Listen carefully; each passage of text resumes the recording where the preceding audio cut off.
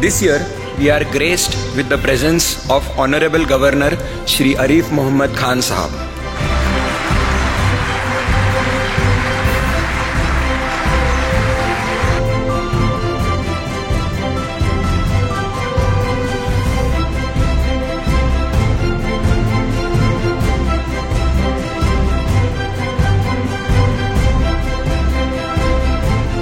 समाज, देश, विश्व, Nisarga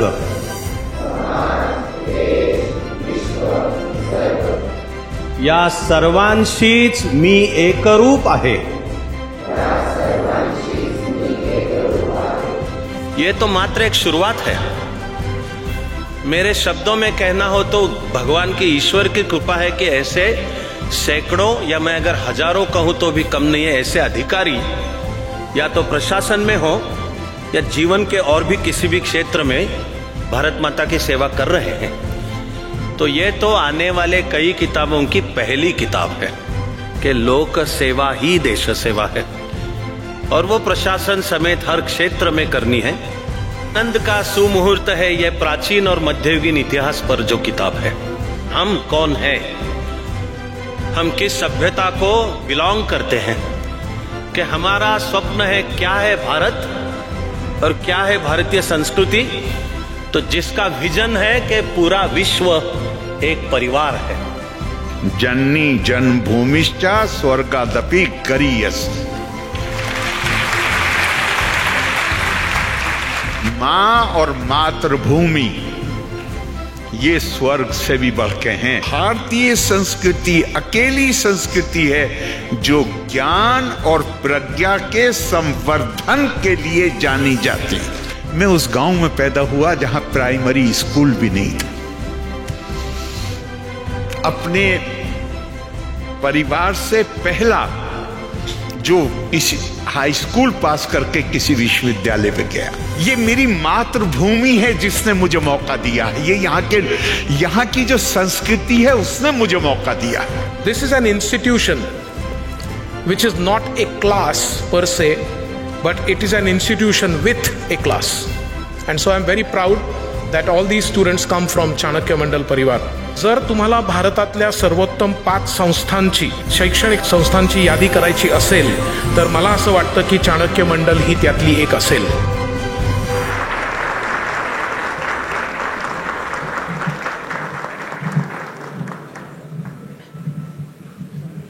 I request everyone to please remain standing for our national anthem.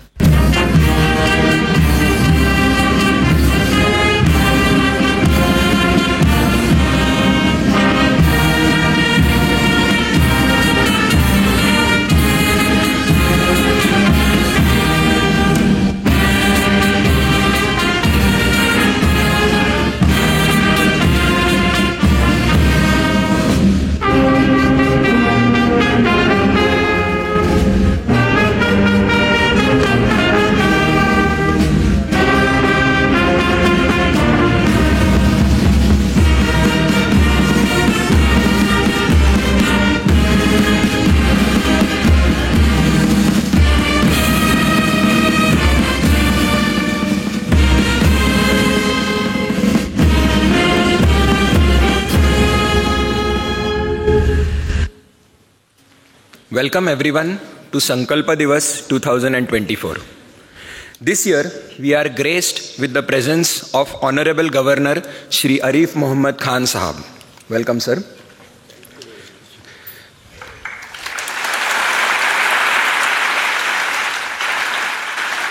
Sir is currently serving as the Governor of the state of Kerala. He has had an active and illustrious political career of over 40 years. He is the author of the best-selling book, Text and Context, Quran and Contemporary Challenges. Sir is also an extraordinary scholar and an activist for Bharatiya Sanskriti. Sir has always been an advocate of social reform, which is revealed through his principled stand on many issues, such as resignation from Rajiv Gandhi's cabinet in opposition to the Muslim Women's Bill, support for abolition of triple talaq, and support for the recent judgment by Karnataka High Court regarding the hijab. I request Avinash Dharmadhikari sir to please felicitate Honorable Governor Arif Mohammad Khan Sahab.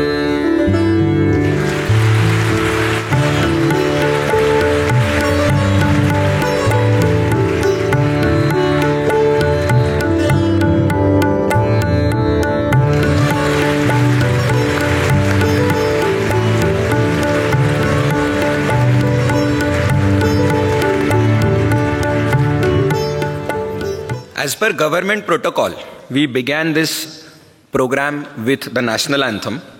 However, at Chanakya Mandal, we have another tradition. Every program begins with our upasana and ends with our prarthana. Our upasana consists of 3 shlokas from our Vedas, separated by 3 recitations of the Omkar. Our prarthana is a poem written in Marathi by Dharmadhikari sir on the night of his selection as an IAS officer in 1986. It contains the essence of the type of Karyakarta Adhikari that sir wanted to become and that Chanakya now aspires to produce. I request everyone to please sit up straight in their positions with your eyes closed and your attention to your breath as we recite the Upasana.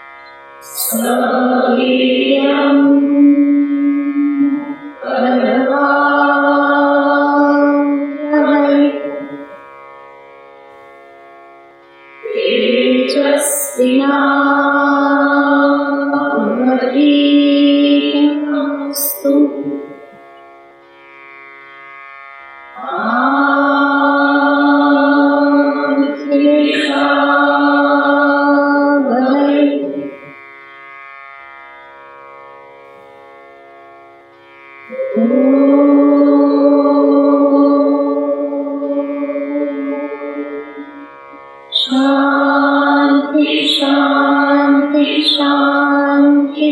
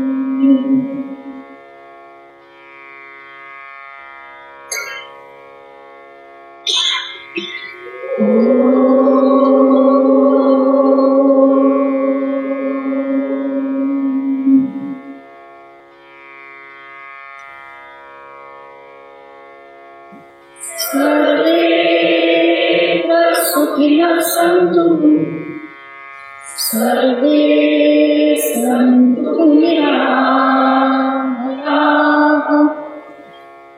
सर्वे भद्राणि पश्यन्तु मा कश्चित् दुःखमाप्नुयात्।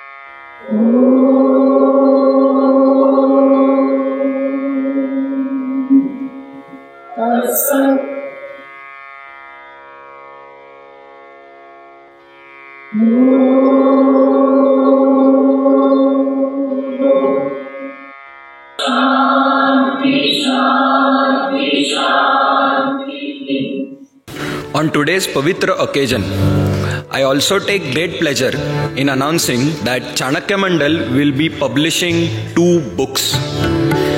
The first book is titled Yashogatha and the second one is titled Prachin आणि मध्ययुगीन भारताचा इतिहास, or in English, The History of Ancient and Medieval India. About the first book, Yashogatha, the word means the story of success. When Sir was selected into the Indian Administrative Service in 1986, he coined the phrase Karyakarta Adhikari because for 10 years before selection, he was a Karyakarta of this nation. And on the night of his selection, he realized that he is not becoming an Adhikari from a Karyakarta. Rather, he is becoming a Karyakarta Adhikari. The sentiment embodies that it is an officer who has the soul of a Karyakarta of this nation, but who is bestowed with the powers of an Indian Administrative Service officer. After his resignation, Chanakya Mandal has built a legacy of over 28 years producing such Karyakarta Adhikaris dedicated to this nation. This book contains the success stories of many such Karyakarta Adhikaris. Fortunately, some of them are present with us here also. I request the officers to please join us on stage. Shashank Devgadkar sir, IRS.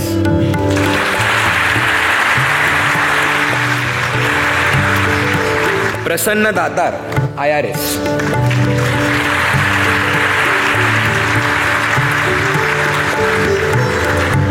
Rishikesh Utpat, also IRS.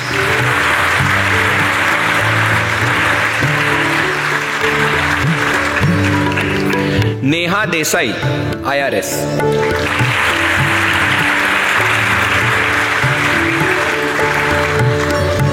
And Dhananjay Kadam, IRS.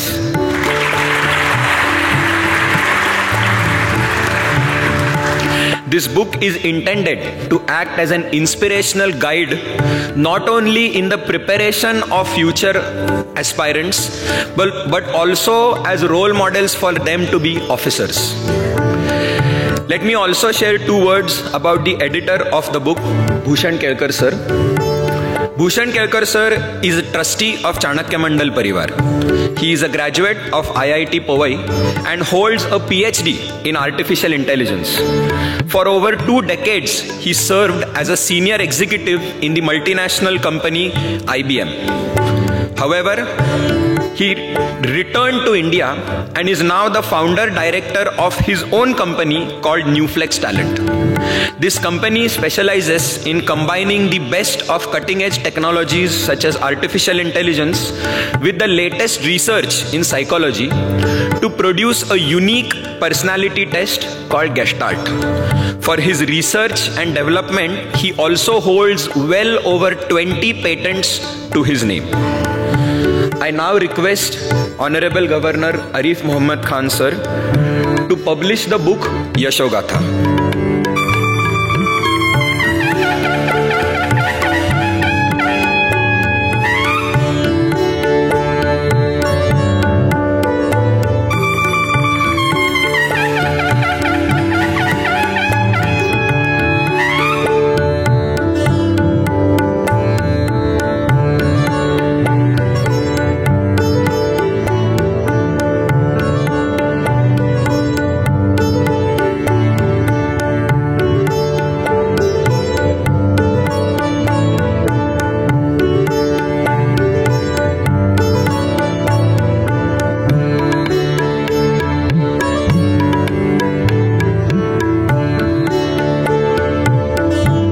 The second book is titled Prachin आणि मध्ययुगीन भारताचा इतिहास, or in English, The History of Ancient and Medieval India.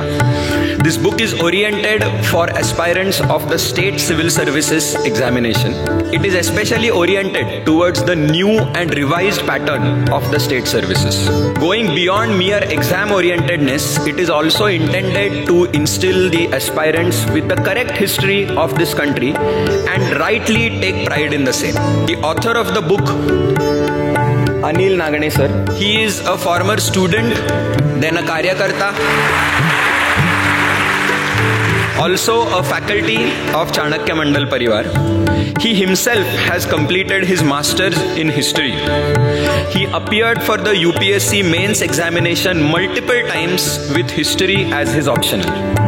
He was selected through the MPSC State Services examination in 2016 and is currently serving as the BDO for Sangamner Taluka.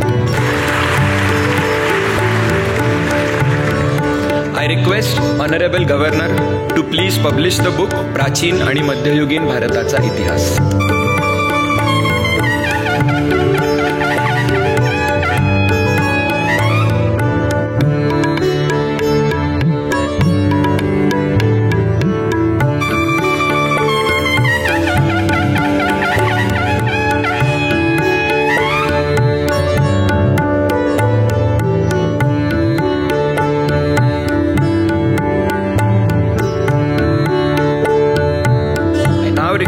The editor of Yashogatha, Bhushan Kelkar sir, to please address the crowd.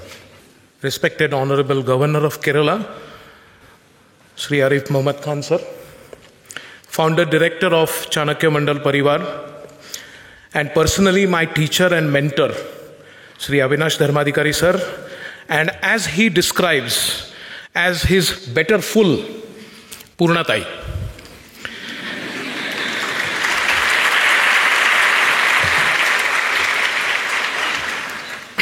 And of course, my dear students, friends, I'm here really to talk about, just for a few minutes, about two books that we just published. So first about Yashogatha, which is a collection of 32 very inspirational stories of the Karyakarta Adhikari, as Siddharth mentioned earlier. It is really volunteerism with officers' powers. And these students, then students, now officers, are working in the capacity of IAS, IPS, IRS, etc. This project, funny enough, reminds me of the 5-year plan. It is very reminiscent of the Planning Commission era. And it is because it was conceived, as Purnatai would remember, 5 years ago. And it took 5 years to complete this project. And I'll tell you what the real reason and the trouble was. Since its inception, it so happened that as soon as Purnatai and I decided that the book was complete, it turned out that amongst these 32 students, they had done something much better than previous. And so we had to append the book. And that took inordinate amount of time to so-called finalize. But what we did is we used the parallel processing, and eventually all the credit really goes to the unwavering faith and the meticulous planning of Purnathai that the project is now complete, happily. And instead of just the two of us writing, because we have parallel processing from a lot of people, I must make a mention of Siddharth Kelkar. I hope he is here with his team. Also Pankaj Yelpale, Renuka, Rohini and Sheetal Bapat. Really a big contribution from them. This book is fortunate to have the foreword and the blessings from a lot of very important people. From Padma Vibhushan, Dr. Mashelkar sir, Padma Vibhushan sir, Dr. Vijay Bhatkar sir, Umesh Chandra Sarangi sir, who is an exceptional IAS officer par excellence, and Lieutenant General Shekatkar sir, who is very well known, who led the Shekatkar report and also has 3 PhDs to his credit.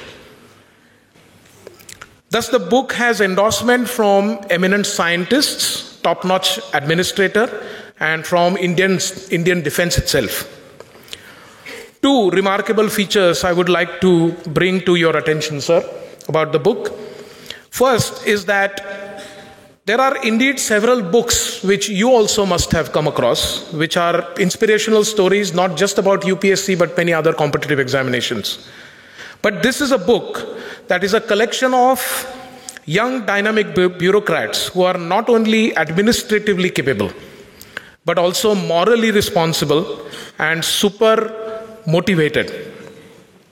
Second is that these students also come from a single alma mater, Matru Samstha, as we call it, Chanakya Mandal, which is started, founded, run, administered and guided for last 27 plus years by Mr. Avinash Dharmadhikari, who himself is an IAS officer.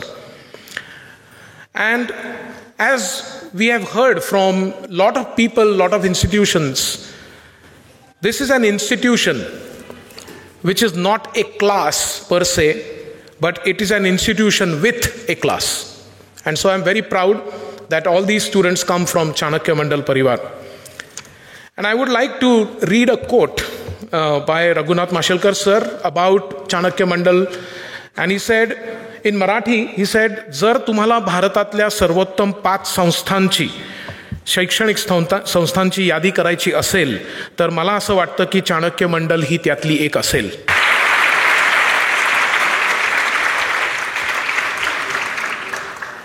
As if this is not enough, now this book has the blessings of Honorable Governor of Kerala, Sri Arif Muhammad Khan sir, who hails from Kerala, God's own country. The second book which we have, also in Marathi, Prachin and Madhyayugin Bharatacha Itihas by Anil, and I would again request him to be by my side because he is the author, single author of this book, Deputy CEO and BDO, and we heard about his own journey, so I will not repeat that for the want of time. A very wonderful book. It is my view that it is a must for all the students who are preparing for UPSC, MPSC, and it will also be a general good read. What I find most gratifying is that this book is mentored by Avinash Dharmadhikari sir himself. He was my history teacher. And I remember Dharmadhikari sir himself saying that the book has come out very nice, content-wise and quality-wise. I feel really jealous of my friend because I was his history student and I never got that comment from him. And really, jokes apart, but if you get this kind of comment from Dharmadhikari sir, and that too for a book that is written about history, this is the best accolade that I can think of in this birth of mine. So all the credit to my friend, about whom I am very, very jealous. And because he will not be speaking again for the want of time, I want to, on his behalf, thank Ketan, Akshay, Dhananjay and his lovely wife, Rohini.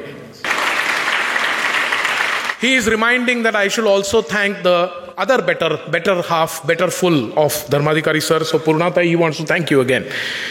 In the closing, I would like to say that it is not a coincidence, I find, that this book is about ancient and medieval history of India, because Anil himself and the 32 profiles in Yashogatha, the previous book, and many others like them, who they represent really, are writing the modern history of India. And as we walk into Amritkal, may I express my deepest gratitude to our chief guest, Honorable Governor of Kerala, Sri Arif Muhammad Khan sir, one more time, and seek his blessings not only for these two books and Chanakya Mandal for today, but for a lot of time to come. And I must definitely tell him how much I am looking forward to listening to him. Thank you.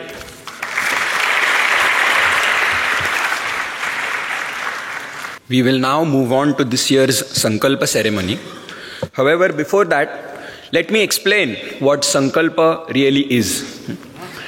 Chanakya Mandal is not a class. We are a parivar. And nothing signifies this sanskar more than the two most important days in our academic year.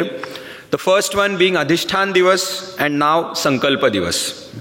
This institution is founded on a vision and a mission which can be summarized in two sets of 3 sutris. That is 2 sets of principles, each with 3 principles. The first, or as Sir calls it, the 3 principles of thought, vicharanchi त्रिसूत्री. स्वतःला ओळख, स्वतःला ओळखून आयुष्यातला मार्ग निवड, निवडलेल्या मार्गामध्ये उत्तमता आणि प्रतिभा गाठ. Or in English, the first is know yourself. The second is choose your life path accordingly. And the third one is, in your chosen path of life, achieve excellence and creativity. The second set of 3 principles is called Acharachi Trisutri, or the 3 principles of action. They are Yoga, Karya Sanskruti, and Swadhyay. Yoga is the same in English.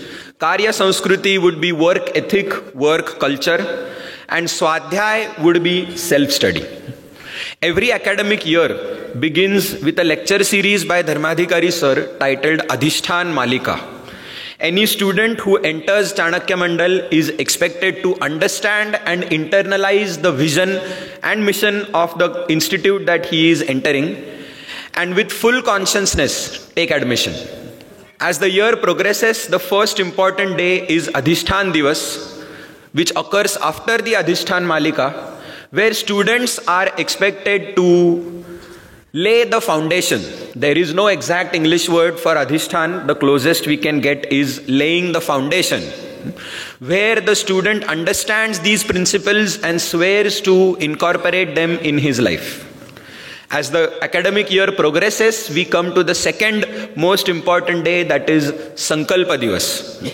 It is in the second half of the academic year, where the student, now having understood the 6 principles of this institute and continuing his journey in life or in competitive examinations, swears to incorporate those principles in his life also.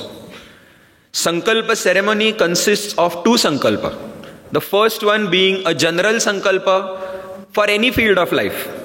The second one being a sankalpa more specific to those appearing for competitive examinations in the near future. With this, let us move on to the actual ceremony. आता चाणक्य मंडल परिवारचे विद्यार्थी संकल्प सोडतील. मी जीवन आनंदाने जगणार आहे.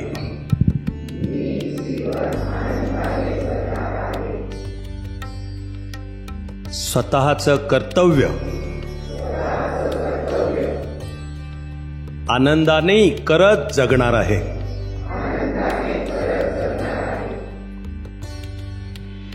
माझ्या भोवतीची माणसं समाज, देश, विश्व, निसर्ग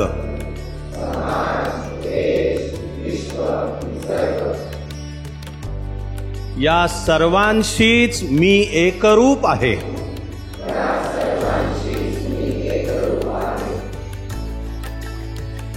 म्हणून माझ्या जीवनात आणि विश्वात घडणाऱ्या घटनांना मी जबाबदार आहे हे जाणून मी उत्तमता आणि प्रतिभा या मूल्यांच्या आधारे समृद्ध आनंदी जीवन निर्माण करीन.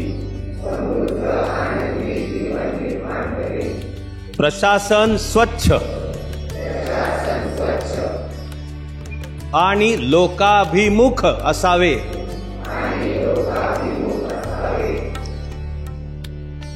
प्रशासनाच्या माध्यमातून राष्ट्रीय एकात्मता आणि विकास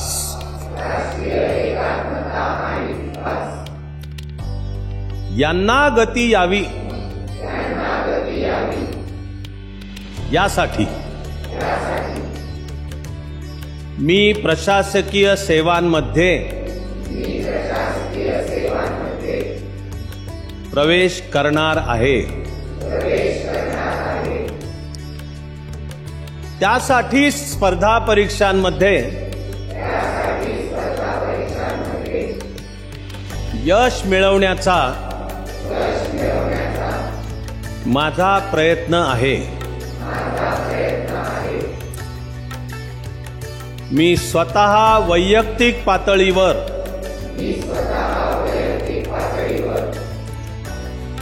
शुद्ध, स्वच्छ आणि कार्यक्षम राहील.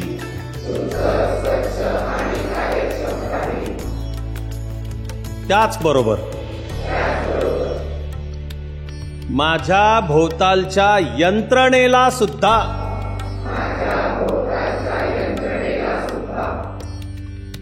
शुद्ध, स्वच्छ आणि कार्यक्षम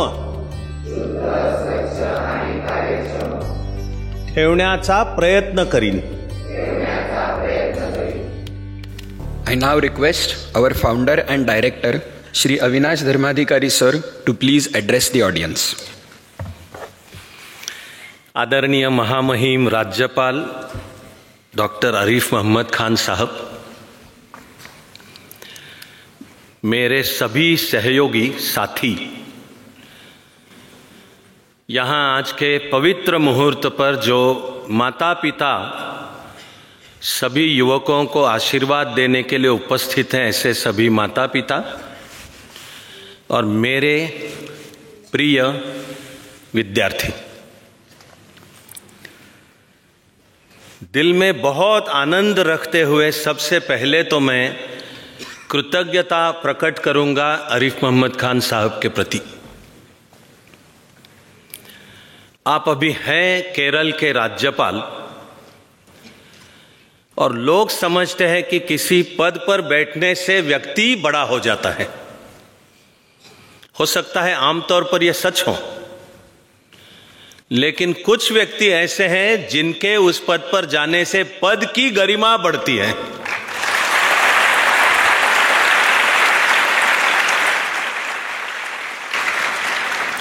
और मैं जानता हूं कि आरिफ मोहम्मद खान साहब के गवर्नर होने के कारण गवर्नर पद की गरिमा बढ़ती है. आप तो खुद बड़े हैं ही, वो जिस पद पर हैं उसकी संवैधानिक गरिमा उससे बढ़ जाती है. मैं उम्मीद करता हूं कि जल्दी से जल्दी केरल सरकार को यह समझ में आ जाए. कल से सर को जेड सिक्योरिटी दी गई, इसलिए यहां भी जो पुलिस मौजूद थी उन्होंने कहा कि वो तो अपना कर्तव्य निभा रहे हैं, क्योंकि कल वो जो हुआ वहां पे, हालांकि उन्होंने एक अलग किस्म के गवर्नर को देखा जो कि गाड़ी से उतर गए, वहीं पे बैठ गए. अब जो मुख्यमंत्री जी को जो कहना है सो कहना है.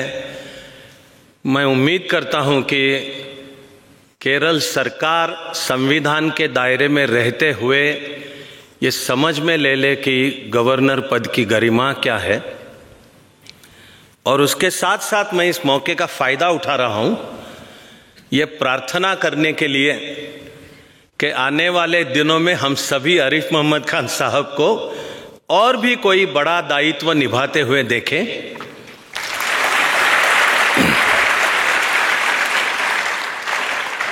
उनका जो पूरा निस्वार्थ करियर है, देश की सेवा में लगा हुआ करियर है,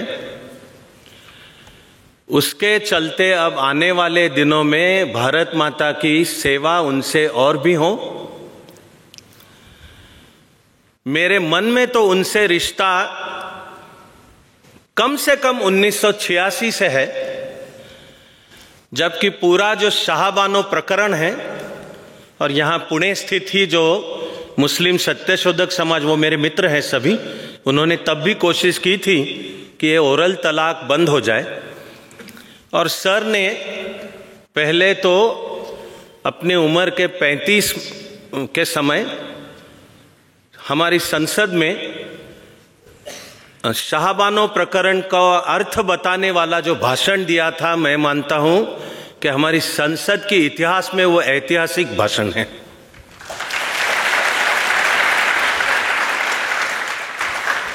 आज सुबह भी सर से मिलने का मौका मिला तो वहां भी मैंने ये बात कही, माइक पर से फिर कह रहा हूं कि वहां उस वक्त सुप्रीम कोर्ट ने एक ऐतिहासिक मौका निर्माण किया था कि देश प्रगति पथ पर चल पड़े।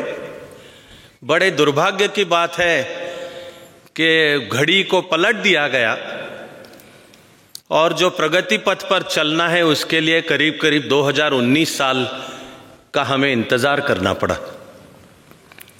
लेकिन सभी संघर्ष में सर का व्यक्तित्व पूरे निस्वार्थ भाव के साथ, गहरी सोच के साथ, मैं तो जानता हूं कि पूरे देश भर में जिनका अध्ययन और उस अध्ययन को कृति का आधार है, मात्र अध्ययन किताबों का नहीं है, पूरे अध्ययन की सूझबूझ के साथ समाज के प्रश्नों में जिनका चित्त है, जो कि हमारी भारतीय व्याख्या है कि सही पंडित किसको कहते हैं, यह क्रियावान सपंडितः, कि जो समाज के समस्याओं के प्रति कार्यरत है, काम करता है।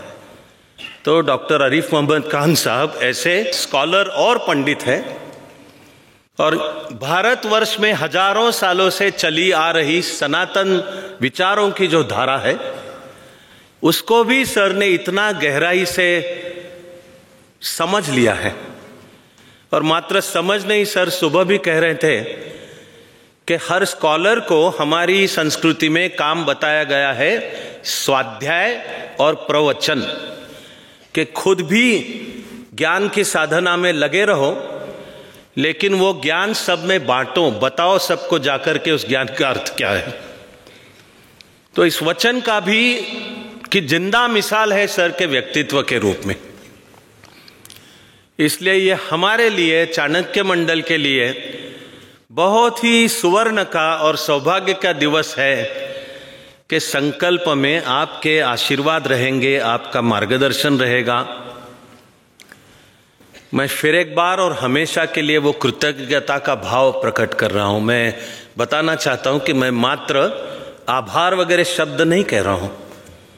आभार गहराई में नहीं उतरता है, जो कृतज्ञता का भाव है, सेंस ऑफ ग्रैटिट्यूड कि मैं कृतज्ञ हूं, वो सर के प्रति मैं प्रकट कर रहा हूं।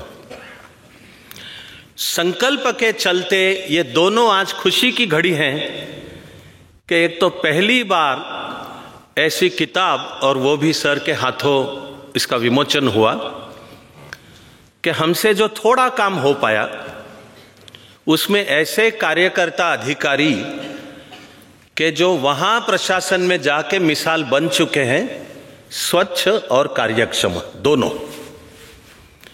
ये तो मात्र एक शुरुआत है। मेरे शब्दों में कहना हो तो भगवान की, ईश्वर की कृपा है कि ऐसे सैकड़ों, या मैं अगर हजारों कहूं तो भी कम नहीं है, ऐसे अधिकारी या तो प्रशासन में हो या जीवन के और भी किसी भी क्षेत्र में भारत माता की सेवा कर रहे हैं। तो ये तो आने वाले कई किताबों की पहली किताब है और इसका विमोचन सर के हाथों हुआ। हमारा काम जारी रहेगा। देश के लिए कार्यकर्ता अधिकारी की फौज यहां से जाए और वो प्रशासन सहित जीवन के अलग अलग क्षेत्रों में भी जाए। आप लोगों ने भी सुना होगा कि इन दिनों विशेषकर चर्चा जारी है कि समझो कोटा फैक्ट्री या दिल्ली में भी राजेंद्र नगर, मुखर्जी नगर में जो बच्चों का यूपीएससी के पीछे चाल चलन रहता है और सालों तक उसमें बिताते हैं, उसमें से चंद कुछ सफलता हासिल कर लेते हैं, लेकिन बाकी कईयों को निराशा, डिप्रेशन का सामना करना पड़ता है। अभी चर्चा ये जारी है कि ये जो सारे स्पर्धा परीक्षा में काम करने वाले कोचिंग फैक्ट्रीज हैं, बस उनका ये पैसे बनाने का धंधा है। नौजवानों की जीवनी और उनका करियर बर्बाद हो रहा है।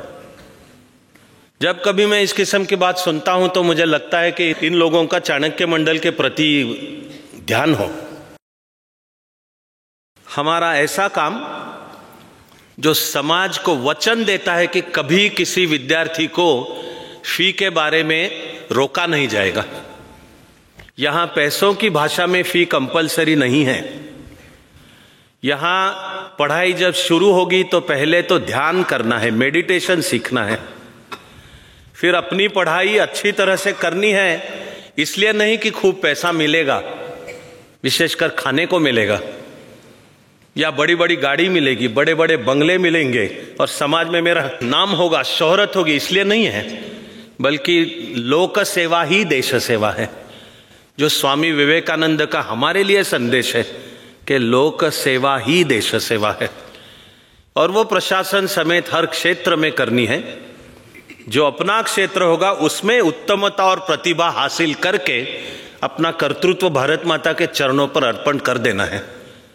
पैसे, स्वामी विवेकानंद ने भी बताया कि ध्येय निश्चित करके तुम आगे चलो, सारे साधन पीछे से आ जाएंगे। 28 साल में हमने पाया है कि सचमुच ही ऐसे साधन पीछे से आ गए हैं। जो शैक्षणिक संगठन समाज को कहता है कि फी, पैसों के भाषा में फी कंपलसरी है नहीं, और व्यक्तिगत रूप से मैं कभी किसी को 4 आने भी मांगने नहीं गया हूं, फिर भी चाणक्य मंडल की करोड़ों की बिल्डिंग भी खड़ी हो गई जो वर्ल्ड क्लास है, लेकिन समाज के आधार पर खड़ी हुई। और हमारी भावना है कि वो भी हमारी है नहीं, तो समाज की है। समाज ही को अर्पण करना है, अपनी तरफ से निस्वार्थ भाव से काम करते हुए।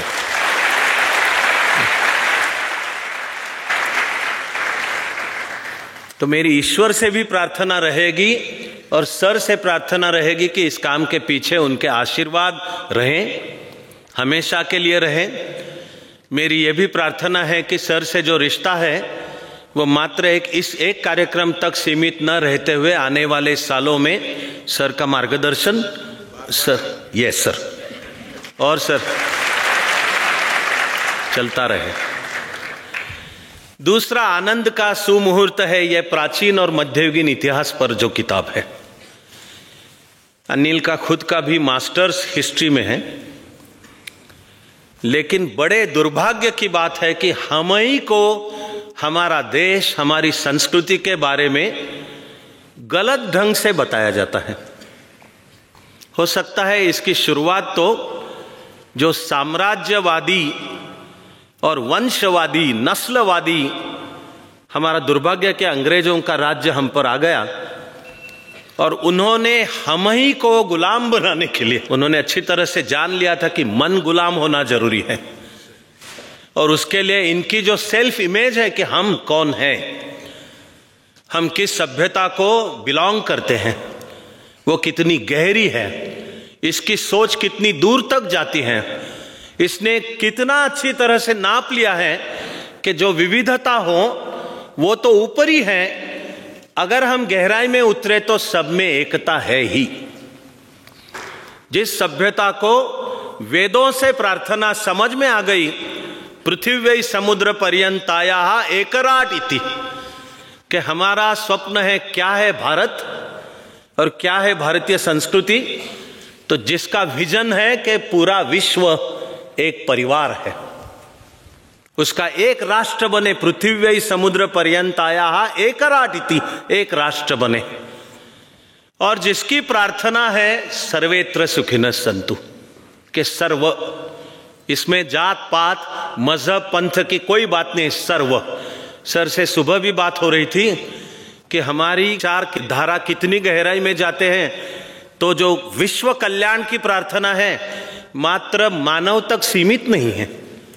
हम जानते हैं कि आत्मा प्राणियों में भी है, हम जानते हैं कि आत्मा नदी में है, पहाड़ में है, जंगल में है, पूरा विश्व आत्मा है और हम उसी आत्मा का एक प्रकटीकरण है। और आज की तारीख में आधुनिक फिजिक्स भी अब इस निष्कर्ष पर पहुंचा है कि consciousness as defining principle of universe. लेकिन पहले इन साम्राज्यवादी नस्लवादी विचारकों ने हमें बताया कि तुम्हारी सभ्यता पिछड़ी हुई है, अंधश्रद्धाओं से भरी हुई है।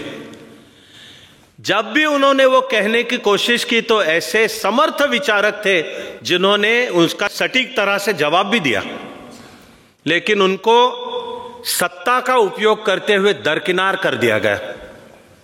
और बड़े दुर्भाग्य की बात है कि स्वतंत्रता के बाद ये जो हमारी असली सभ्यता है, इतिहास के आधार पर, सबूतों के आधार पर, कहीं कोई दुराभिमान की बात नहीं है और कहीं कोई किसी के प्रति द्वेष करने की भी बात नहीं है, लेकिन सच्चाई क्या है वो सबूतों के आधार पर बताई जाए।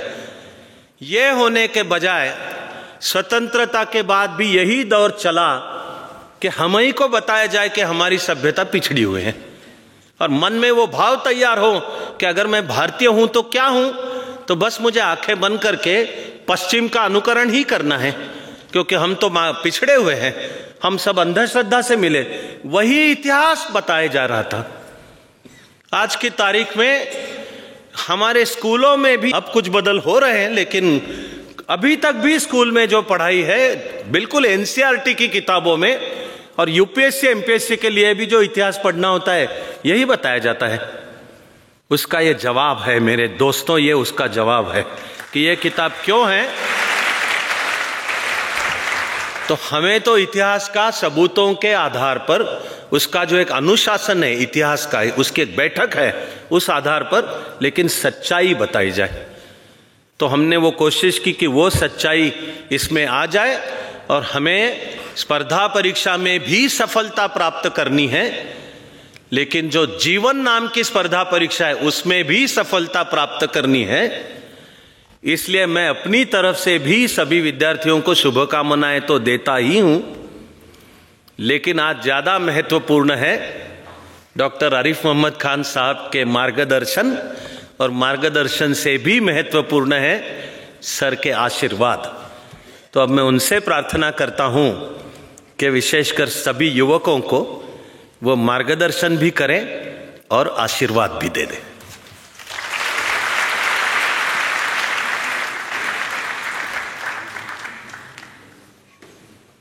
श्री अविनाश धर्माधिकारी जी, श्रीमती पूर्णा धर्माधिकारी जी, श्री भूषण केलकर जी, और यहाँ इस हॉल में उपस्थित सभी देवी और सज्जनों, और यहाँ तो बड़ी तादाद तो उनकी है जो ज्ञानार्थी हैं, ज्ञान अर्जन में लगे हुए हैं। सबसे पहले मैं अपनी तरफ से कृतज्ञता व्यक्त करना चाहूँगा आपके आमंत्रण के लिए और ये अवसर देने के लिए कि इतने सारे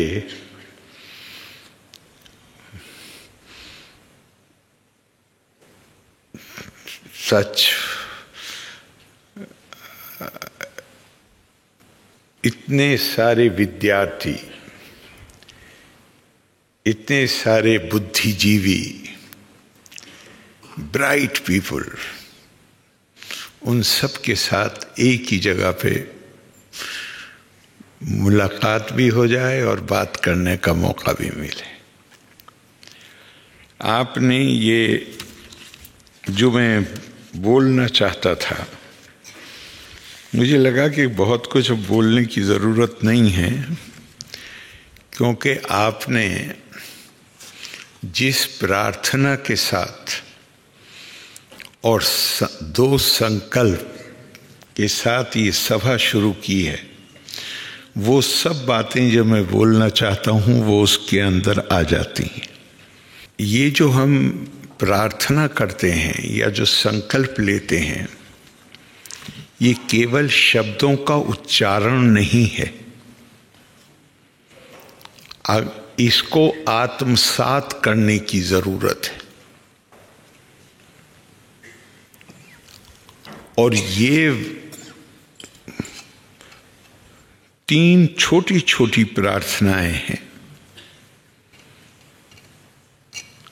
ये मैं मानता हूं कि ये भारतीय संस्कृति के जो आदर्श हैं, मूल्य हैं, ये उसका प्रतिबिंब है, उसका निचोड़ है। हम जिस दुनिया में रह रहे हैं, कभी कभी आपको भी लगता होगा, मुझे बहुत दफ़ा लगता है, बल्कि सच्ची बात यह है कि मैंने बहुत सालों से सुबह को अखबार पढ़ना छोड़ दिया। मैं सोचता हूँ कि शाम तक अब तो आईपैड और टैबलेट्स हैं, तो उस पर सब न्यूज़ जो सुबह छपती है, मेरे दिल में आता है कि नकारात्मकता के साथ अपना दिन क्यों शुरू किया जाए, ये मेरे दिल में बात आती है। और अभी मुझे एकदम बैठे बैठे याद आया, ये नई बात नहीं है। अब से 30-40 साल पहले या 50 साल पहले, जब नया नया दुनिया उस वक्त बड़ा गौर कर रही थी और बहुत बात हो रही थी, और अगर आप हमारे पूर्व राष्ट्रपति डॉक्टर राधाकृष्णन जी के भाषण या उनके लेख पढ़ें तो वहाँ आपको ये चिंता बहुत ही प्रभावी ढंग से उन्होंने व्यक्त की। उस ज़माने में ये था कि ये जो विनाशकारी हथियार बन रहे हैं एटम बमों के रूप में, मानवता का क्या होगा। और उसी मुझे यहीं बैठे बैठे याद आया, और इत्तेफाक से वो मेरे आईपैड में मुझे मिल भी गया, मैं ज़रा ढूंढ रहा था, वो मिल भी गया कि उन्होंने कोट किया है उसी संदर्भ में। उन्होंने कोट किया है कि लंदन में एक बस में छोटे बच्चे, स्कूल जाने वाले, 10 साल, 11 साल, 12 साल की उम्र के, वो जा रहे हैं, टीचर साथ में। तो टीचर ने एक बच्चे से जिसकी आयु 12 वर्ष थी उससे पूछा कि तुम बड़े होकर क्या बनना चाहते हो। तो बच्चे ने जो जवाब दिया, टीचर लिख रहे हैं, जिसको डॉक्टर राधाकृष्णन ने इसको उद्धृत किया है, का in the bus on the way to school I asked one of our small boys, aged 12 years, what he intended to be when he grew up. वो बड़े होकर क्या बनना चाहता है। उस बच्चे ने जवाब दिया, sir I need not worry, sir ज्यादा चिंता करने की आवश्यकता नहीं है। As by that time there will be nowhere to grow up. जब तक मैं बड़ा हूंगा तब तक इस दुनिया में कोई जगह ही नहीं होगी जहां ग्रो अप करने के लिए, बढ़ने के लिए गुंजाइश। चूंकि उस जमाने में हर तरफ ये नए नए ये हथियार आए थे, तो वो बच्चा भी सुनता होगा। लेकिन आज भी आप गौर करिए,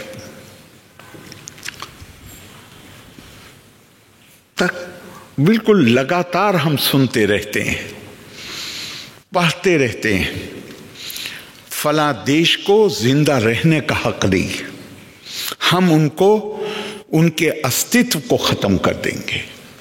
नफरत की भाषा, हिंसा की भाषा। अब इस पर गौर करिएगा। 1948 में, 1948 में यूनाइटेड नेशंस का चार्टर ऑफ ह्यूमन राइट्स बनाया गया, जिस पे दुनिया के सारे देशों ने दस्तखत किए। और जो मानव अधिकार हैं, ह्यूमन राइट्स, उसके लिए कहा गया है, और हम खुद हमारे संविधान में हमने भी स्वीकार किया है, हमने वहां भी दस्तखत किए हैं, और अपने जो हमारे फंडामेंटल राइट्स हैं वहां भी हमने स्वीकार किया है कि सारे मानव अधिकारों का स्रोत मानव की बहैसियत, मानव के प्रतिष्ठा, डिग्निटी ऑफ मैनकाइंड। इसलिए नहीं कि मेरी खाल का रंग ये है, मेरी ये आस्था है, मैं ये भाषा बोलता हूं, मैं इस जगह रहता हूं इसलिए मेरी इज्जत होनी चाहिए। नहीं, बहैसियत मानव के, मानव प्रतिष्ठा सम्मान का अधिकारी है। ये दस्तखत कर, ये इस चार्टर की जरूरत क्यों आई? आप गौर करिएगा, दुनिया में जो संस्कृतियां हैं, सभ्यताएं हैं, ये आलोचना नहीं है किसी की भी, केवल एक जिसे कहते हैं एक ऑब्जेक्टिव एनालिसिस, एक विश्लेषण।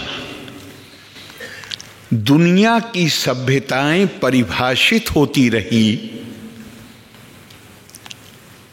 दुनिया जो आज आप देख रहे हैं, जिसमें यूनिवर्सल ह्यूमन राइट्स की बात है, ये कहानी 100 साल की भी नहीं है, उससे भी कम उम्र की है। इससे पहले क्या था? मेरी खाल का रंग गोरा है, मैं आपसे सुपीरियर हूं, आपसे श्रेष्ठ हूं। मेरी आस्था ये है, और मेरी आस्था की अभिव्यक्ति का तरीका ये है, इसलिए स्वर्ग जन्नत केवल मेरे लिए है। आपको तो आग में जलना ही पड़ेगा, आप अच्छे काम करो तो भी। Any culture which is defined by race or religion is bound to create others.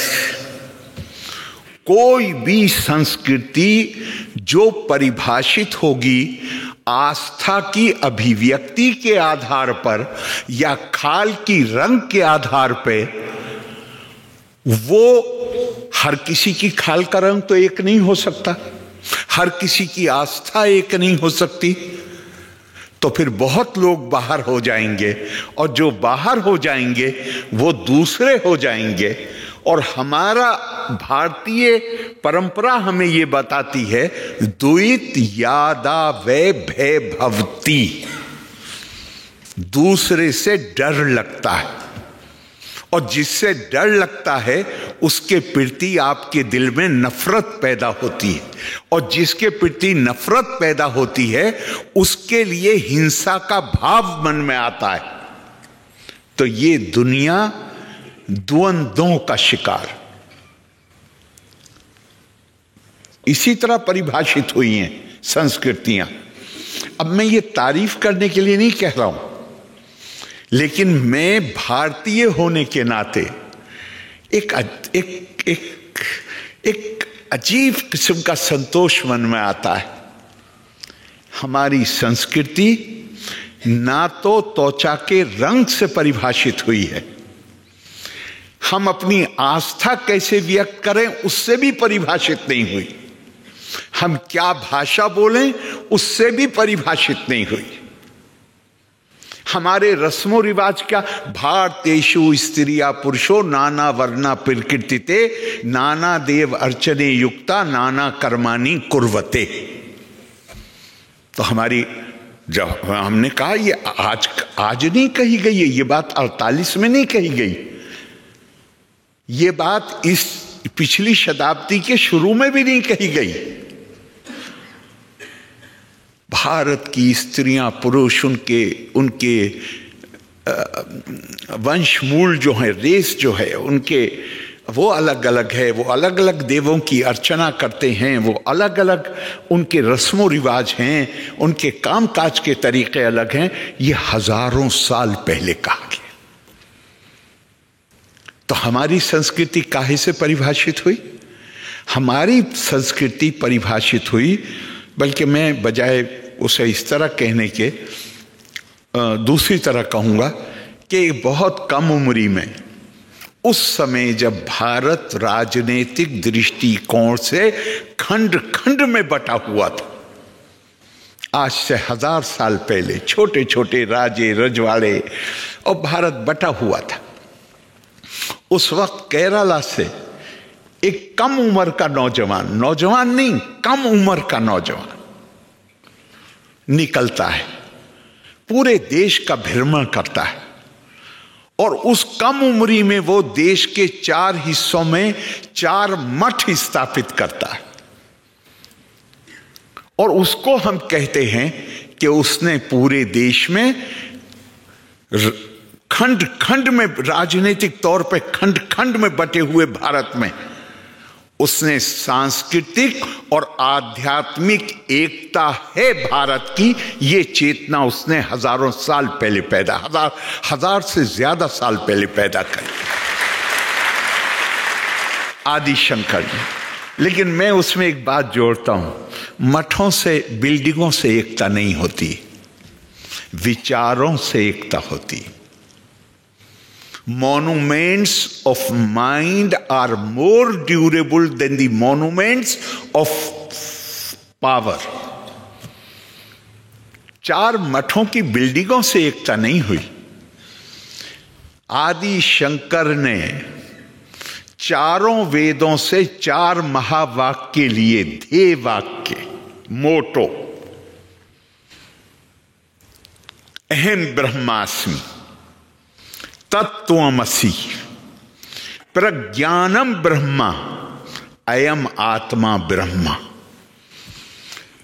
एक 4 वेदों से, ये 4 महावाक्य 4 अलग अलग वेदों से, और 4 मठों को ये वाक्य दिया, जिसका मतलब लगभग एक है।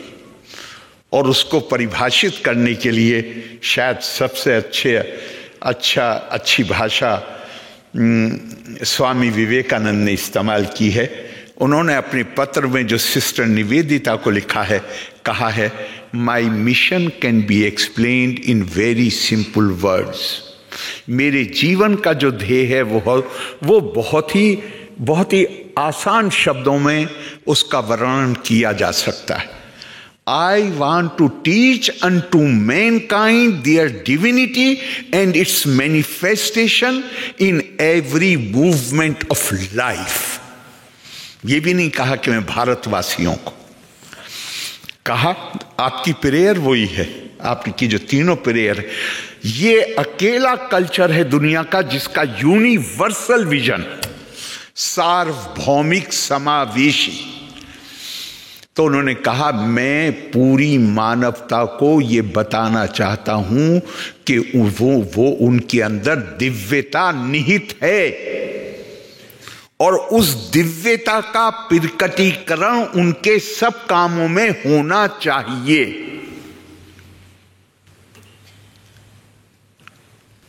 ये सारा जीवन का उद्देश्य और कुछ है ही नहीं।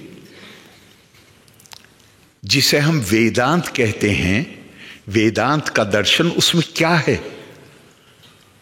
ऐसे तो बहुत सारी किताबें,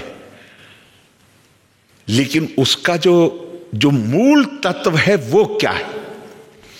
उसका मूल तत्व है कि इंसान का, मानव का जो असल उसकी जो सत्यता है वो उसकी दिव्यता में निहित है। Every being is potentially divine. अगर हर व्यक्ति डिवाइन है तो फिर ये दुनिया में जो पैराडॉक्सेस हैं, जो विसंगतियां हैं, ये फिर क्यों हैं?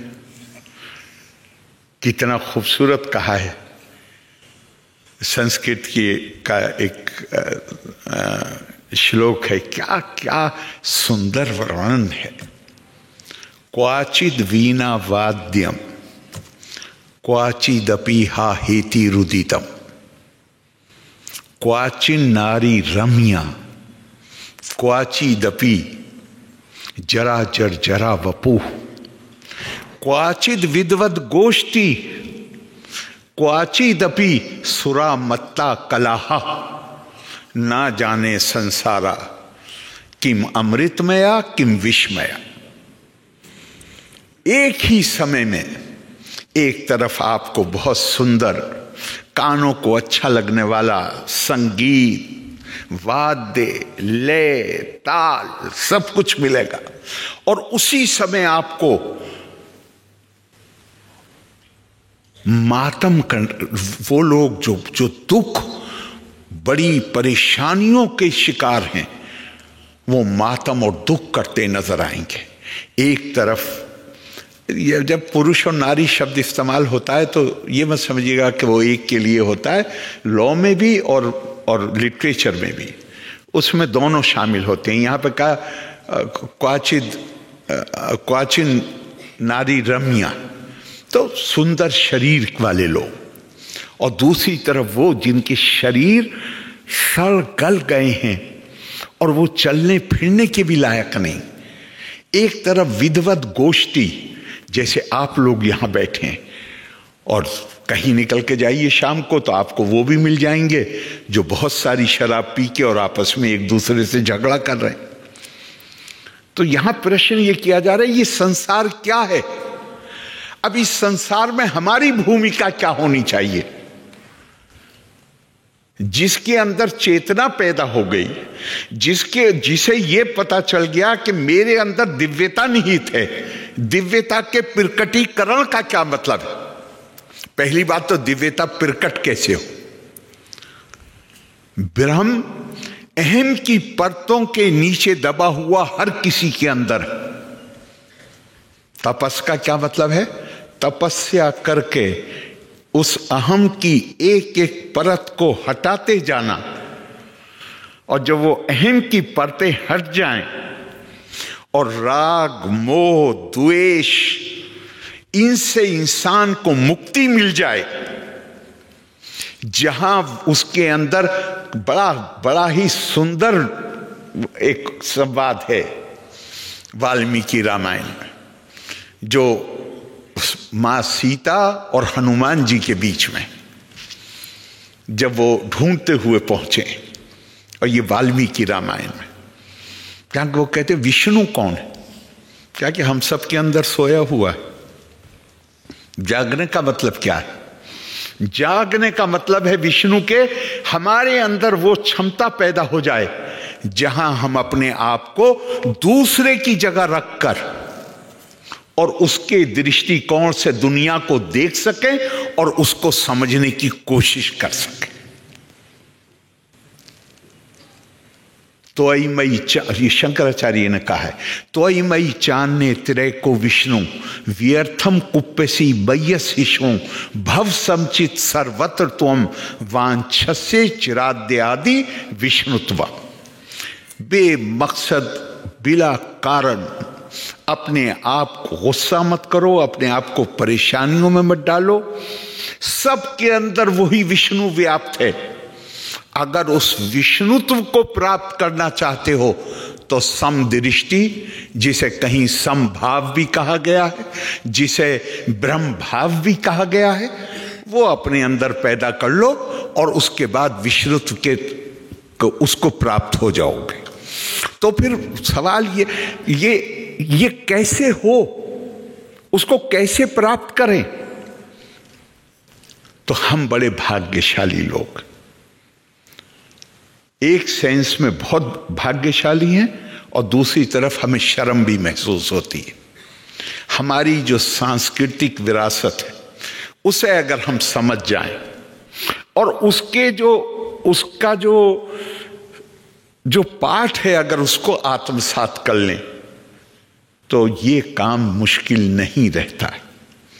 क्योंकि हमारी संस्कृति, जैसे मैंने पहले आपसे कहा, वो किसी भी, this culture is not defined by variable and alienable characteristics like race, religion और लैंग्वेज।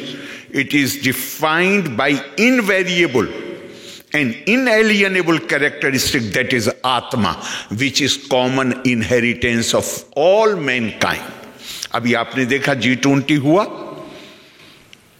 आखिर दुनिया का, हमारी संस्कृति तो दुनिया की प्राचीन संस्कृतियों में, आखिर ये G20 के मौके पे ही जब हमारे प्रधानमंत्री जी ने इनिशिएटिव लिया तभी दुनिया को पता चला कि वसुदेव कुटुंबकम। हमने ये पहले से क्यों नहीं बताया दुनिया को? गीता गौर से देखिए, श्रीमद् भगवत गीता को।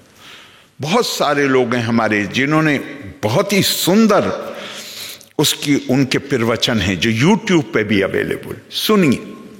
सारा एक जिसे कहते हैं सार्वभौमिक, यूनिवर्सल, समावेश, किसी को बाहर। मैं आपको एक मिसाल देता हूं। दुनिया में लोकतंत्र भारत के लिए कोई ऐसा नहीं है कि ये देश के आजाद होने के बाद लोकतंत्र, भारत में हजारों साल पहले भी हमारी पुस्तकों में है कि हमारे यहाँ राजा भी लोगों के द्वारा चुना गया होता था।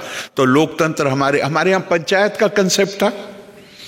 हमारे यहाँ जो केंद्रीय सरकार होती थी, केंद्र का मतलब ऑल इंडिया नहीं था उस वक्त, जो भी सीट थी, देहातों में पंचायतें फैसला करती थीं जो लोकतंत्र के तरीके से होता था।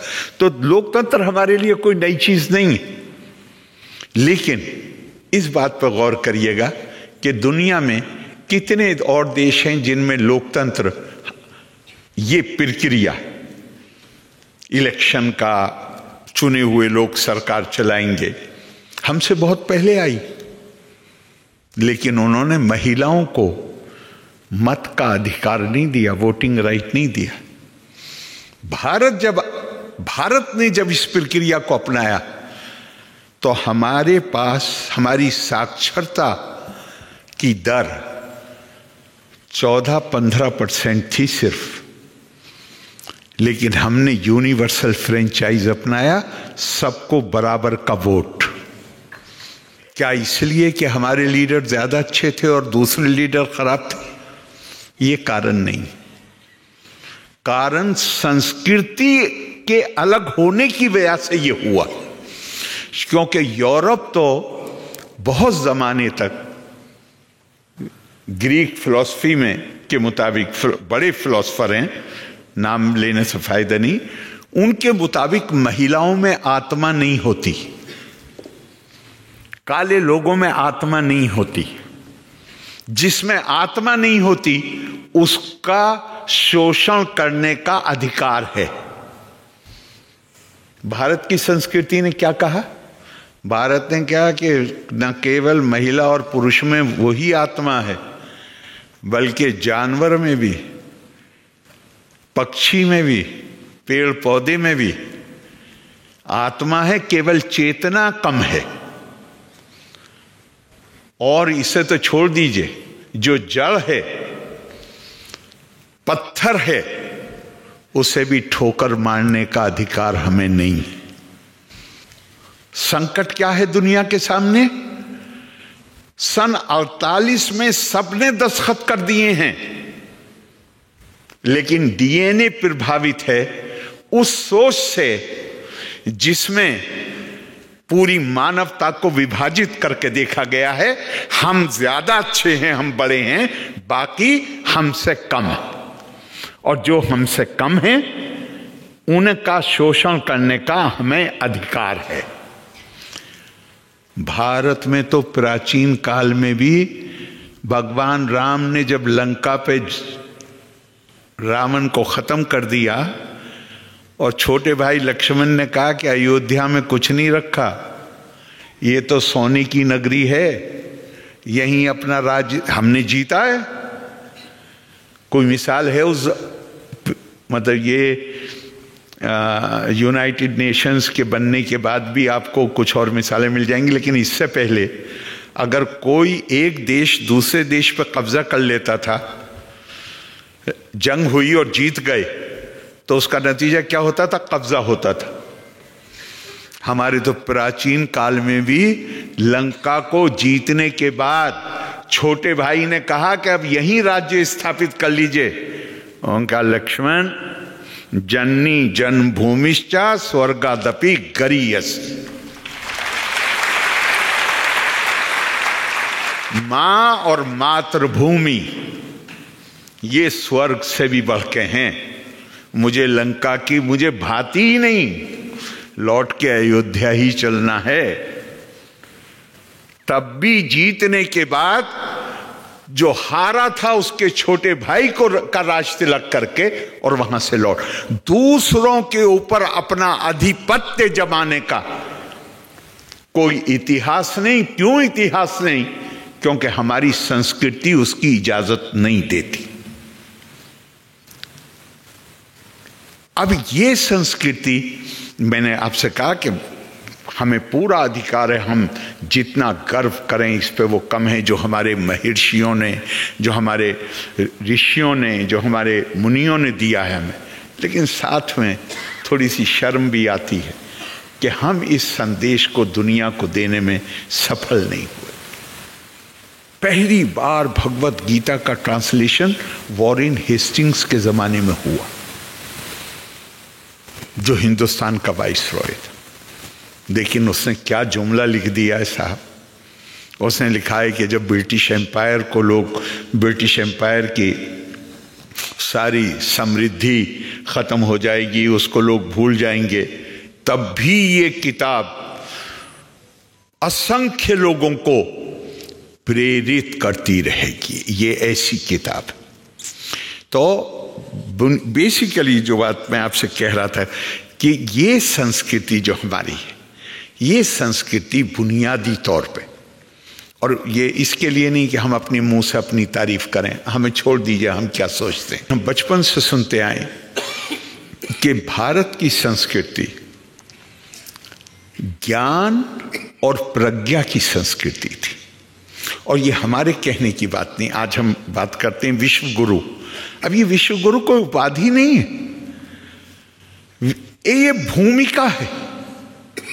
और ये दुनिया ने 10वीं और 11वीं शताब्दी में, जब यूरोप का रिनेसां शुरू ही हुआ था, अभी वहां कुछ था नहीं ज्यादा, लेकिन चेतना पैदा हो गई थी। उस वक्त मध्य एशिया यानी अरब देश, वो पीरियड है उनका 10वीं शताब्दी से लेके कोई 250 साल का समय है, जिसे गोल्डन पीरियड कहा जाता है। ये वो समय है, ये वो समय नहीं है जब वो दुनिया के ऊपर कब्जा कर रहे थे, कब्जा हो चुका था उनका। सैसेनीड एम्पायर पर कब्जा हो गया था, ईरानी एम्पायर जो था, बिजंटीन एम्पायर पर कब्जा हो गया था, वो दुनिया की सबसे बड़ी ताकत बन के उभर गए थे। ये वो पीरियड नहीं है, ये उसके बाद का पीरियड, जहां वो काल वो है जो उनकी बौद्धिक गतिविधियों के लिए जाना जाता है। और उनकी बौद्धिक 5-6 इतिहासकार है।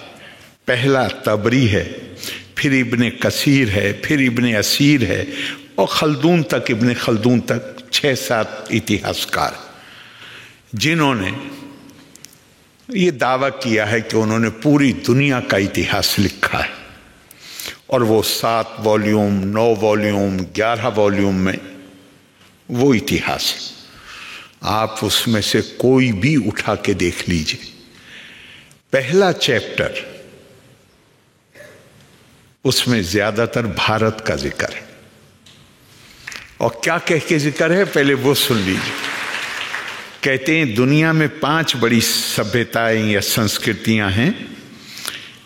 ईरान की संस्कृति अपने वैभव के लिए जानी जाती है, चीन की संस्कृति अपने कौशल के लिए और शासकों के प्रति वफादारी के लिए, रोमन संस्कृति अपनी खूबसूरती और महिलाओं के प्रति उदारता, तुर्क अपनी बहादुरी के लिए जाने जाते हैं, और भारतीय संस्कृति अकेली संस्कृति है जो ज्ञान और प्रज्ञा के संवर्धन के लिए जानी जाती है।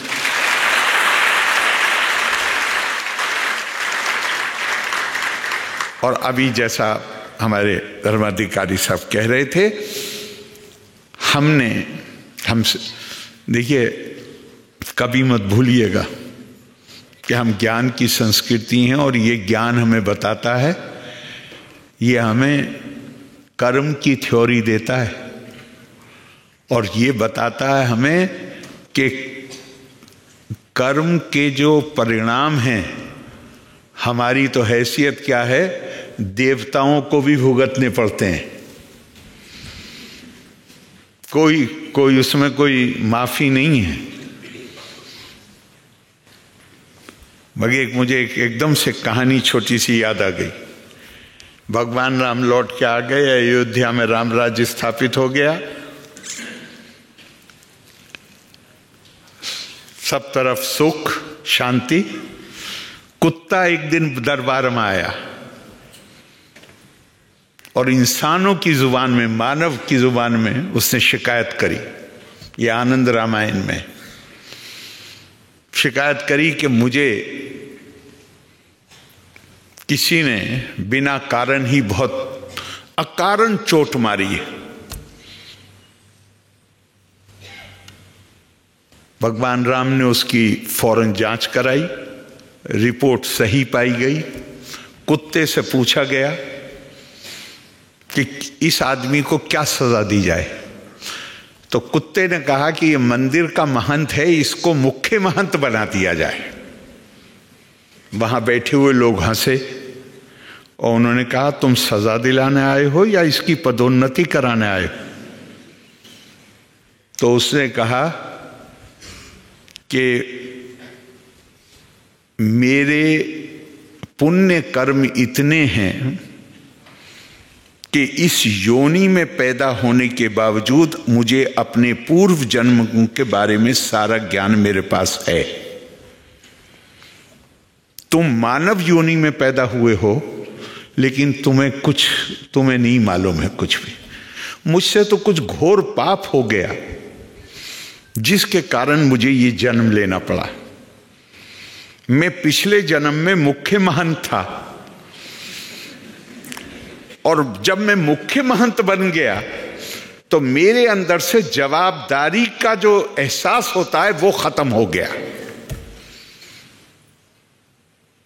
तो भारतीय संस्कृति में ये ज्ञान, और जब हम ज्ञान और प्रज्ञा की बात करते हैं तो उसमें ये भी है कि कर्मों का फल तो भोगना ही पड़ेगा, और ये एक जगह नहीं है, बार बार आता है। भगवान विष्णु को भी असुरों के गुरु ने, जो मां का सुदर्शन से वध हुआ था,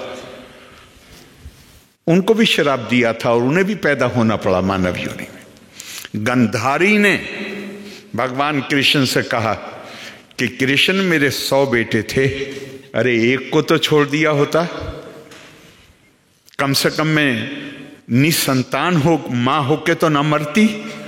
तो भगवान कृष्ण ने जवाब दिया, मैं कौन हूं मारने वाला, ये तो वो भी केवल साक्षी हैं। ये दुनिया जो है, एको देवा सर्वभूतेषु गूढ़ा, सर्वव्यापी सर्वभूतांतर आत्मा, कर्म प्रधान, सर्वभूताधिवासी, साक्षी चेता केवलो निर्गुणश्च। उनका मैं कौन हूं मानने वाला? ये तो तुम्हारी नियति है, क्योंकि तुम जब छोटी बच्ची थी, राजकुमारी थी गंधार की, आज जिसे कंधार कहते हैं, तो तुम्हें किचन में जाके खाना पकाने का शौक था, और तुमने एक दिन गर्म पानी ऐसी ही जमीन पर डाल दिया, जो जमीन में एक सुराख था, उसके अंदर एक कीड़ी ने 100 अंडे दिए हुए थे, और वो 100 अंडे नष्ट हो गए।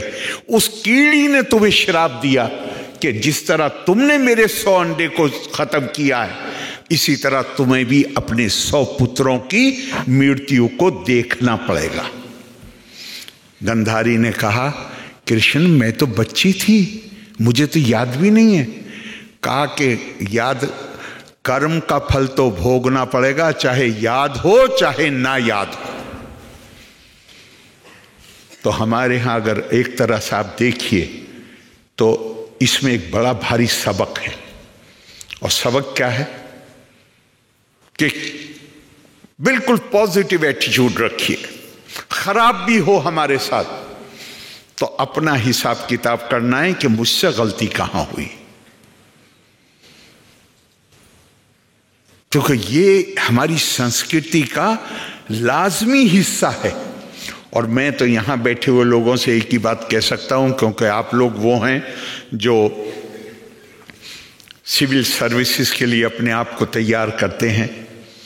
हमारी परंपरा के मुताबिक जिंदगी को 4 आश्रम में बांटा गया है। पहला आश्रम है ब्रह्मचर्य। ब्रह्मचर्य का बहुत सारे मतलब निकाले हैं लोगों ने, सेलिबेसी वगैरह वगैरह। ब्रह्मचर्य का मतलब है ज्ञान प्राप्ति का जमाना, चूंकि उस जमाने में आप अपने ध्यान को बांट नहीं सकते शादी वगैरह करके, तो उन्होंने सेलिबेसी कर दिया। नहीं, सेलिबेसी नहीं है, वो केवल ज्ञान अर्जन करने का समय है।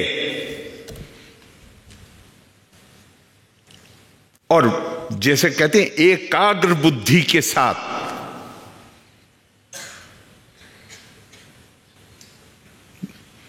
हमारी परंपरा में वो जो, मुझे पता नहीं महाराष्ट्र में होता है या नहीं होता, नॉर्थ इंडिया में पहले, अब तो कम हो गया है, वो रस्सी बांध के एक लड़की सर पे घड़ा लेके उस पर नाचती थी।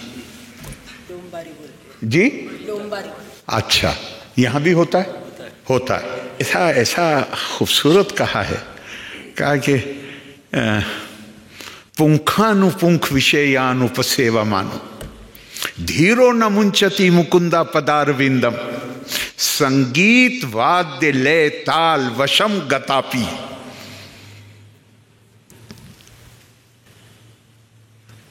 मूलस्था कुंभा परिरक्षणा धीर नटीव।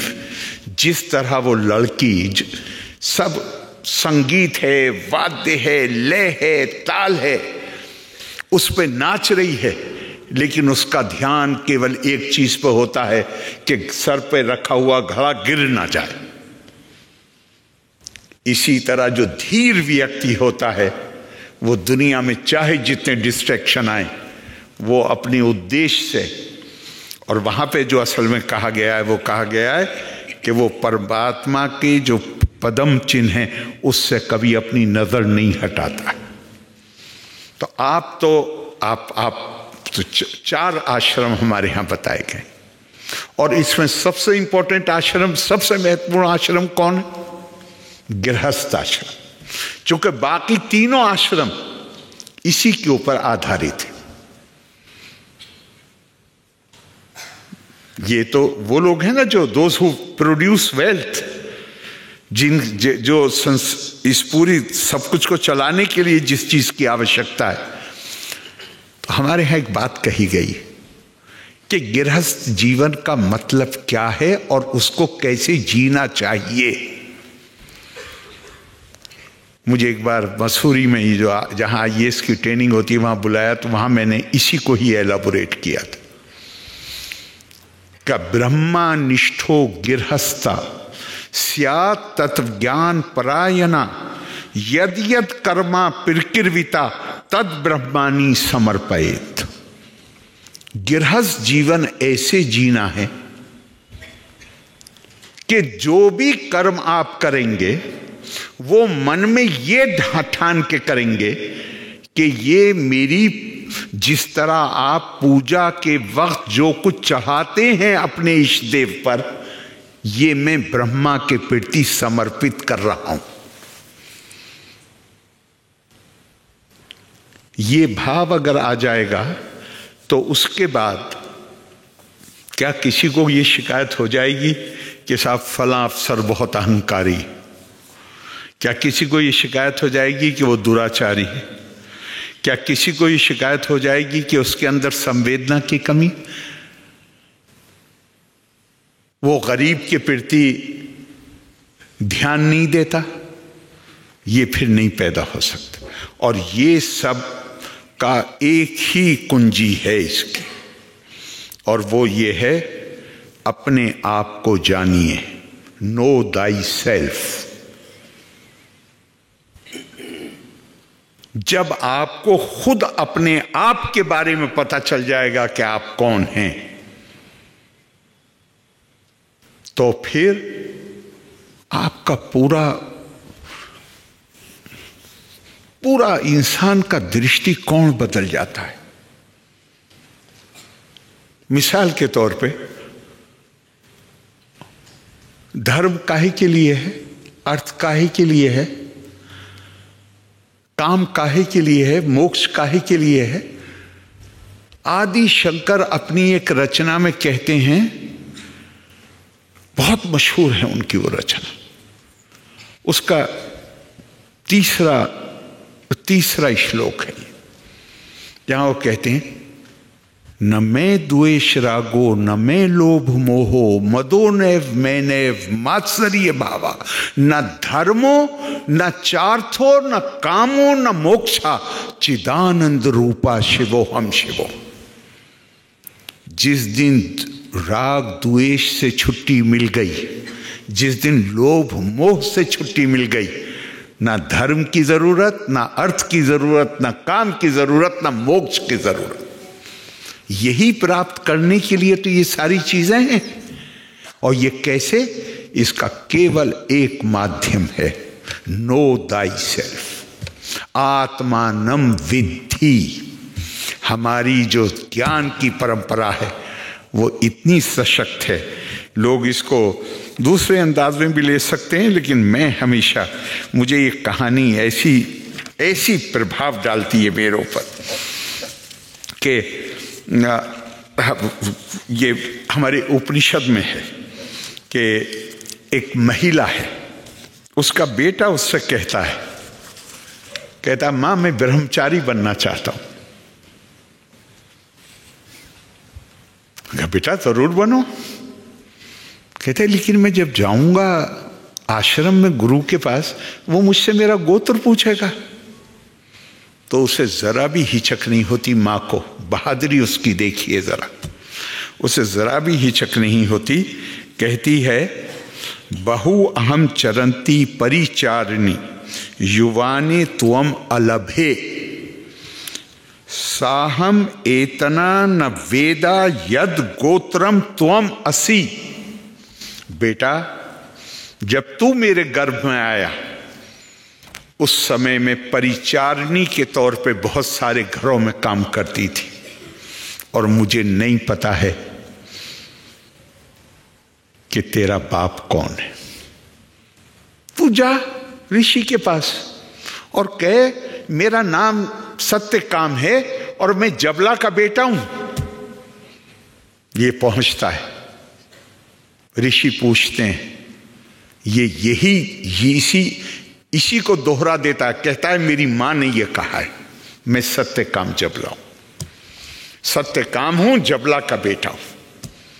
और ऋषि उसको फौरन, ऋषि ये नहीं कहते कि तुम नाजायज औलाद हो, ऋषि कहते हैं तुम सच्चे ब्रह्मचारी हो, तुम्हारे अंदर साहस है। और फौरन जो उस जमाने का तरीका था कि 100 गायें देके जब ये गायें इतनी हो जाए तो लौट के आ जाना, शिक्षा शुरू हो जाएगी, फौरन उसको अपने यहाँ ले लेते। ज्ञान ज्ञान ज्ञान। भारत के ऋषियों ने जो कल्पना की, ज्ञान के बारे में जो उनका दृष्टिकोण था, एतद्देशा परशु तस्या सकाशाद अग्रज अन्मना स्वम स्वम चरित्रम शिक्षेरण पृथ्वीयम सर्वम आनवा। उन्होंने ये कल्पना की थी कि दुनिया के दूसरे देशों के लोग हमारे बारे में अध्ययन करने के लिए नहीं, भारत का अध्ययन करने के लिए नहीं, अपनी संस्कृति, अपने आदर्श, अपने मूल्य, हमारे पास ऐसे गुरु होंगे, ऐसे टीचर्स होंगे कि दुनिया के लोग अपनी संस्कृति का अध्ययन करने के लिए भारत में आएंगे। ये कल्पना थी विश्व गुरु की, और क्यों नहीं होनी चाहिए। हमारा इतिहास ये,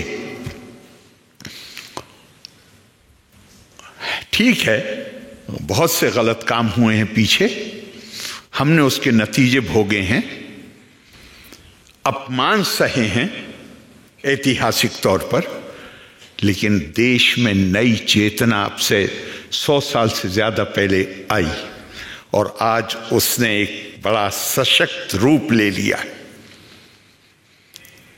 मैं आपको सच कहता हूं, मैं ये मत समझिएगा कि मैं कोई चूंकि ये इसमें लगेगा थोड़ा राजनीति, मुझे इस बात पे गर्व होता है कि मेरे देश का प्रधानमंत्री वो आदमी है जिसने बचपन में रेलवे स्टेशन पे अपने बाप के साथ चाय बेची।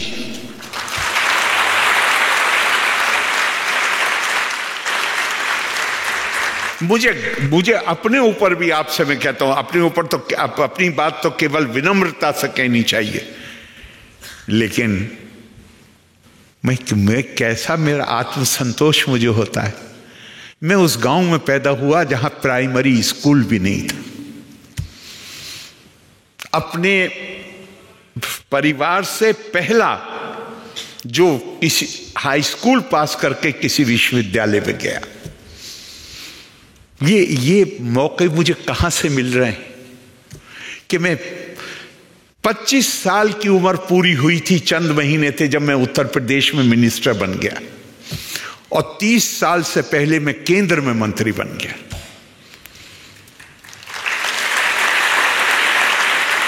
ये मेरी निजी उपलब्धि नहीं है, ये मौका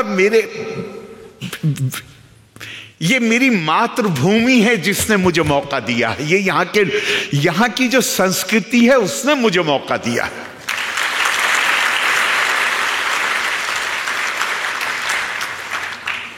कर्ण ने कहा था महाभारत में, सूतो वसूत पुत्रो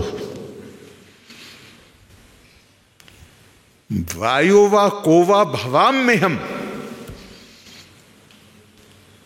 देवा यत्तम कुले जन्मा मदा यत्तंतु पौरुषम। मैं सूत हूं। सूत के 2 अर्थ हैं संस्कृत में। कपड़ा बुनने वाले को भी सूत कहा जाता है और रथ चलाने वाले को भी सूत कहा जाता है। चाहे मैं कपड़ा बिनने वाला हूं, चाहे रथ चलाने वाला हूं, चाहे उसका बेटा हूं, या मैं कोई भी हूं, मैं किस कुल में पैदा हुआ ये मेरे हाथ में नहीं, ये तो डेस्टिनी है। देवा यत्तम कुले जन्मा मदा यत्तंतु पौरुषम। लेकिन मैं क्या करूं, क्या मैं करता हूं,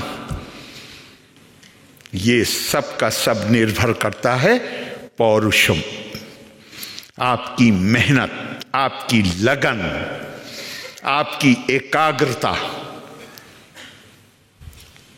और अभी यहां पर जिक्र हुआ था थोड़ा सा कि कुछ लोग आ जाते हैं सर्विसेज में, बाकी लोग नहीं। आप तो भी आपका समय नष्ट नहीं हुआ है।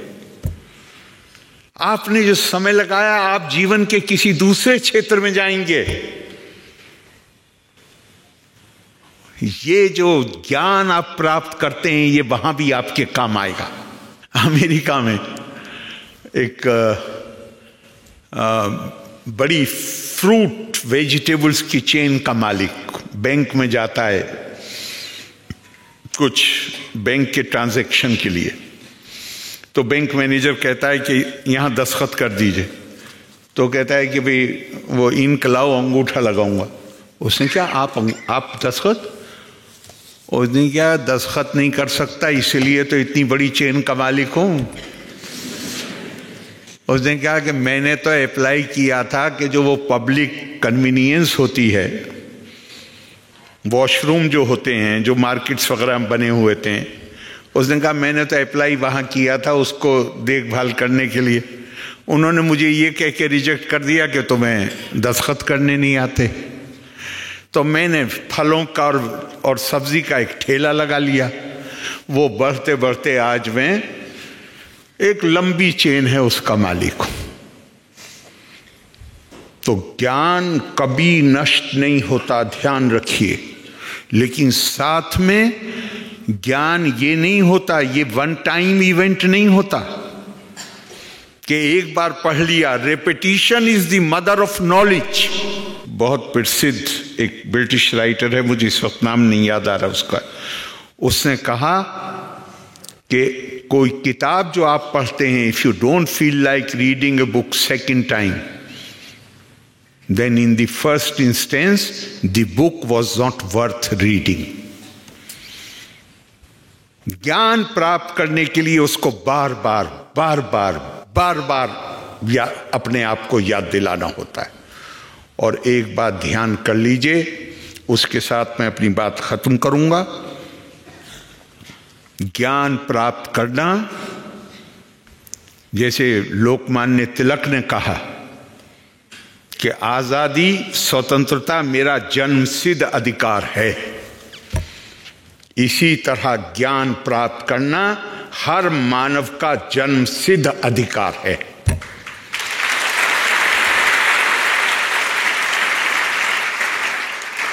अगर उसमें अड़चनें पैदा हुई, वो उसकी इजाजत भारतीय संस्कृति नहीं देती। हाँ, हमें मानना पड़ेगा कि हमारे यहाँ कुरीतियां आई। हमारे यहाँ तो श्रीमद् भगवद गीता में कहा गया है, चातुर्वर्ण्यम मया सृष्टम गुण कर्म विभागशा। मैंने 4 वर्णों की रचना की है। काहे के आधार पे? गुण और कर्म के आधार पे। दुनिया में कोई समाज है जो बगैर गुण कर्म के आधार पे समाज में वर्ग पैदा किए बगैर वो काम कर सके? श्रीमद् भगवद गीता डिक्लेयर करती है, चातुर्वर्ण्यम मया सृष्टम गुण कर्म विभागशा। और आगे श्रीमद् भगवद गीता में नहीं, दूसरी जगह कहा, और डॉक्टर राधा कृष्णन ने कोट किया है, कहा नर्तको गर्भा संभूतो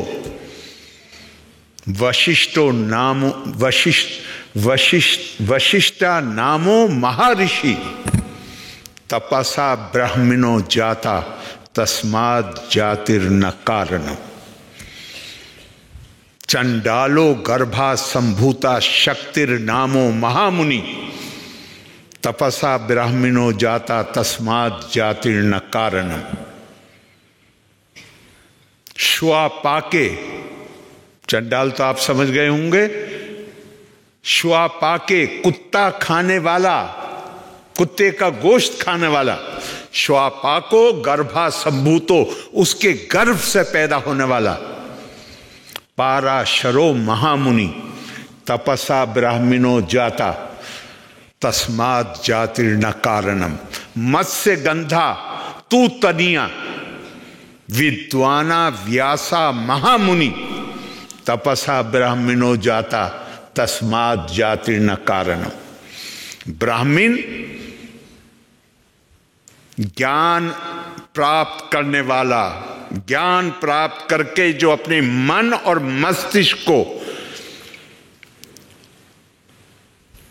बढ़ा सके और सब में एक को और एक में सबको देख सके, वो जो पैदा होता है वो तपस्या से पैदा होता है, माँ बाप से पैदा नहीं होता है। ये हमारी संस्कृति हमें बताती है। मैं खत्म कर रहा हूँ। मैंने बहुत देर बहुत समय ले लिया आप लोगों का, लेकिन ये विषय इतना दिल को छूने वाला है और आप इतने अच्छे श्रोता हैं, मैंने ज़्यादा ही समय ले लिया। बहुत लोग का समझता सुखिनो भवन्तु। बहुत बहुत धन्यवाद। जय हिंद।